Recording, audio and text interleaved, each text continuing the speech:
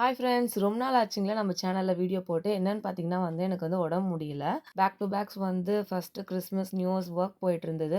அதுக்கப்புறம் பார்த்தீங்கன்னா எனக்கு ரொம்ப சிக் ஆகிட்டேன். ஃபீவர் அண்டு கோல்டு இருந்ததுனால என்னால் வீடியோஸே போட முடியல.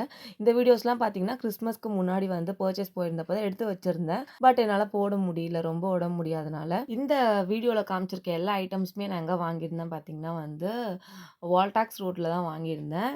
இங்கேருந்து ட்ரெயினில் போயிருந்தோம். நானும் என் ஹஸ்பண்டும் போயிருந்தோம்.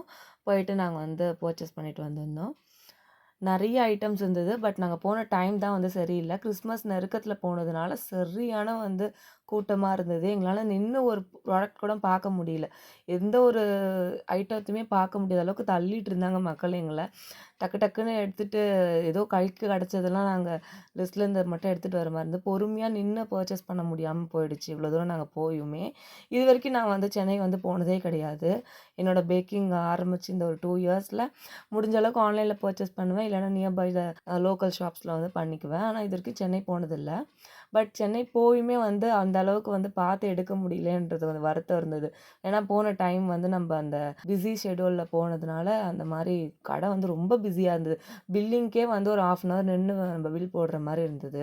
முக்கியமாக சென்னை போனதுக்கு ரீசன் பார்த்திங்கன்னா இந்த எலக்ட்ரிக் பட்டர்ஃப்ளை வாங்குறதுக்கும் கோவச்சா சாக்லேட்டும் தான் நான் போயிருந்தேன். அப்புறம் அது ரெண்டுமே எனக்கு கிடச்சிருந்தது. கூடிய சீக்கிரம் நம்மளோட கேக் வீடியோஸில் கண்டிப்பாக அந்த பட்டர்ஃப்ளை யூஸ் பண்ணுவேன். கோவச்சா சாக்லேட் பார்த்திங்கன்னா ஆர்டர் இருந்ததுனால நான் வாங்கிட்டு வந்திருந்தேன். இப்போ அந்த பேக்கெட்டே எனக்கு ஃபினிஷ் அவுட் ஆகிடுச்சு. நெக்ஸ்ட் பேக்கெட் வாங்கணுன்னா ஏன்னா ஆர்டர்ஸ் இருந்தால் தான் நான் வாங்குவேன். இப்போ நான் வாங்கிட்டு வந்த எல்லா ஐட்டமும் சேர்த்து எனக்கு எவ்வளோ பில் வந்திருக்குன்னு சொல்லிட்டு கரெக்டாக சொல்லுங்கள் ஃப்ரெண்ட்ஸ். கரெக்டாக சொல்கிறவங்கள நான் கண்டிப்பாக கமெண்ட்டில் பின் பண்ணுறேன். ஓகே ஃப்ரெண்ட்ஸ், பாய்.